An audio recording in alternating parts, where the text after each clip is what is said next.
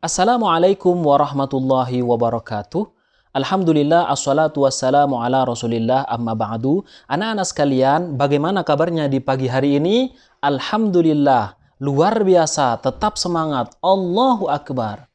Alhamdulillah, rupanya anak-anak semangat semua ya. Masya Allah, tabarakallah.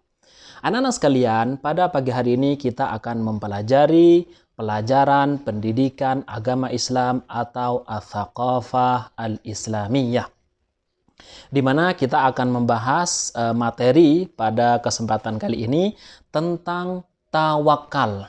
Nah, anak-anak tahu apa itu tawakal? Ya, tawakal itu nanti Ustadz akan bahas ya. Kemudian bagaimana agar kita mempunyai sifat tawakal ini?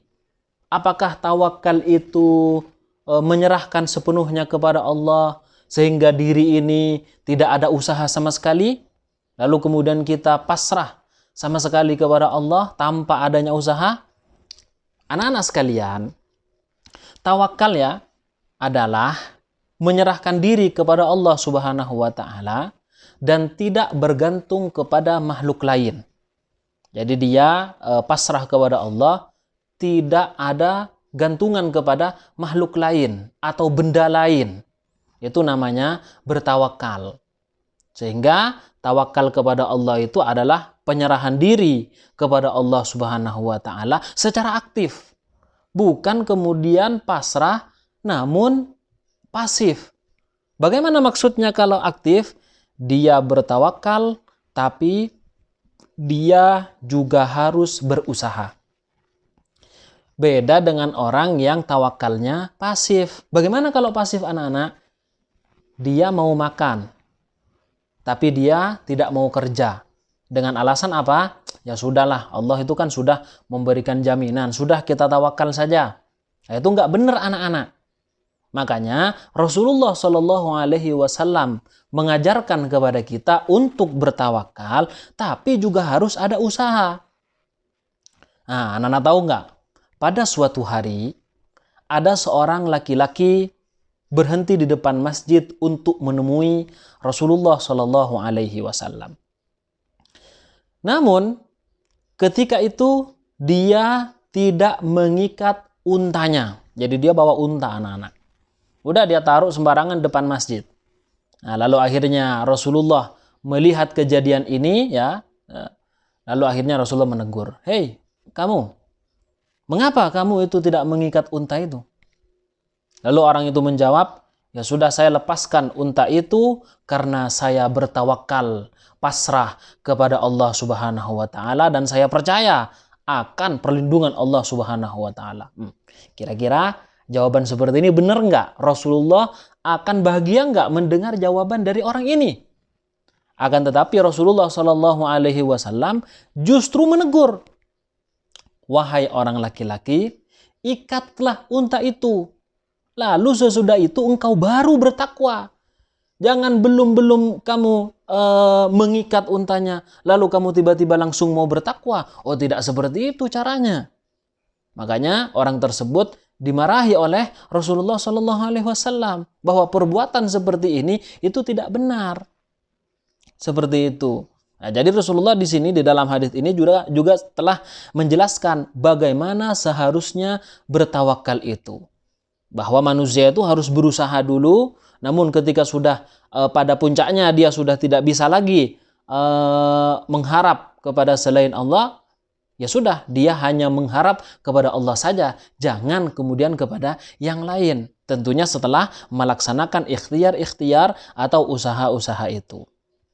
Nah, orang yang bertawakal anak-anak, dia akan mendapatkan kecukupan sebenarnya dari Allah Subhanahu wa taala.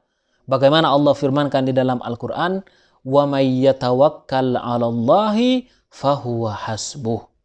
Barang siapa yang bertawakal kepada Allah, maka Allah itu akan mencukupi kehidupannya.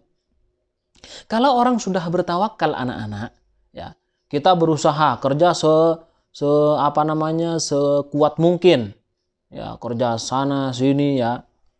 Termasuk juga belajar. Kok nggak ngerti-ngerti lah. Disitulah kita baru bertawakal kepada Allah. Ya sudah, saya sudah belajar semampunya, namun kok ternyata Allah belum memberikan pemahaman. Nah, karena dengan tawakal itu insya Allah nanti kita akan diberikan pemahaman oleh Allah Subhanahu wa Ta'ala. Oke, sekarang Ustadz contohkan saja. Rasulullah anak-anak itu punya rumah. Tapi rumah beliau dilengkapi dengan pintu yang bisa ditutup. Jendela itu ditutup juga. Sama dengan kita. Rumah kita malah dilengkapi dengan kunci anak-anak. Dilengkapi dengan gemboknya. Nah, mungkin anak-anak ada yang punya sepeda di sini. Biasanya sepeda itu kan ada kunci gemboknya. Atau ada abi uminya yang mempunyai sepeda motor. Mesti itu ada kontaknya. Yang punya mobil juga seperti itu. Kenapa? Apakah kita tidak bertawakal kepada Allah? Bukan seperti itu ceritanya. Justru ini menunjukkan bahwa kita bertawakal tapi setelah ikhtiar. Setelah kita berusaha. Nah, misalkan kita melakukan perjalanan. Kita mau misalkan ke mall atau ke pasar. Lalu akhirnya kita berangkat, kemudian kita parkir sepeda. Sudah kita letakkan, terserah wes. Setelah itu kita tidak mengunci ya, tidak mengunci. Udah biarkan saja gitu kan. Tawakal kepada Allah. Sudah dia berangkat, pulang-pulang, habis sepeda motornya. Lah kenapa kok dia tidak berikhtiar dulu? Dia sudah kunci, dia sudah gembok, sudah dikontak seperti itu. Kok masih hilang juga? Nah, disitulah kemudian kita harus kembali kepada Allah Subhanahu wa Ta'ala jika memang ini terjadi. Nah, jadi seperti itu anak-anak. Rasulullah juga mengajarkan ketika Rasulullah SAW berperang, apakah beliau perang tidak menggunakan pedang? Beliau menggunakan pedang anak-anak. Kemudian beliau juga menggunakan tameng, perisai. Apakah Rasulullah karena bertawakal kepada Allah, sudahlah nggak usah pakai tameng, nggak usah pakai perisai? Oh, nggak betul seperti itu. Makanya Rasulullah bahkan anak-anak, Rasulullah punya baju besi. Luar biasa ini. Baju besi yang mana kalau kena sabetan pedang misalnya, maka dia tidak akan mempan seperti itu. Ya karena besi. Jadi Rasulullah juga punya. Nggak ada Rasulullah kemudian perang lalu pakai kaos gitu atau kaos oblong. Nggak ada. Apakah Rasulullah tidak bertawakal? Sangat tawakalnya manusia adalah Rasulullah SAW. Tidak ada orang yang paling bertawakal kecuali hanya Rasulullah SAW. Sungguh pun begitu, Rasulullah tetap mengajarkan kepada kita agar berusaha terlebih dahulu untuk kemudian baru bertawakal. Jadi seperti itu anak-anak. Bahwasanya ada seorang ulama. Ada seorang ulama namanya Imam Sahal. Itu adalah seorang ulama terkenal ya dari kalangan sufi. Beliau mengatakan barang siapa yang menentang ikhtiar, ya menentang ikhtiar atau usaha yang kita kenal, berarti dia telah menentang sunnah. Berarti dia kalau enggak ikhtiar, berarti enggak ikut Rasulullah. Kenapa? Sebab Rasulullah dalam setiap langkahnya selalu ada ikhtiar, selalu ada usaha. Rasulullah anak-anak pernah ditawarkan 2 gunung di Madinah pada saat itu untuk menjadi emas. Akan tapi Rasulullah lebih suka untuk berusaha, ya makan sehari, tidak makan sehari. Rasulullah bukan tidak bisa untuk ya Allah turunkan nasi dari langit misalnya. Turunkan roti ya Allah, bukan tidak bisa. Rasulullah sangat bisa. Akan tetapi Rasulullah mengajarkan kepada umatnya agar kalau misalkan ingin dapat rizki, ya kerja dulu dong. Seperti itu. Nah, jadi Rasulullah adalah panutan kita. Nah, jadi orang yang menentang terhadap ikhtiar, berarti dia menentang sunnah. Jadi dia maunya tawakal saja tanpa adanya ikhtiar, berarti enggak sunnah. Dan barang siapa yang menentang tawakal, berarti dia mencela iman. Jadi ada orang yang ikhtiar saja, ya, ada orang yang tawakal saja.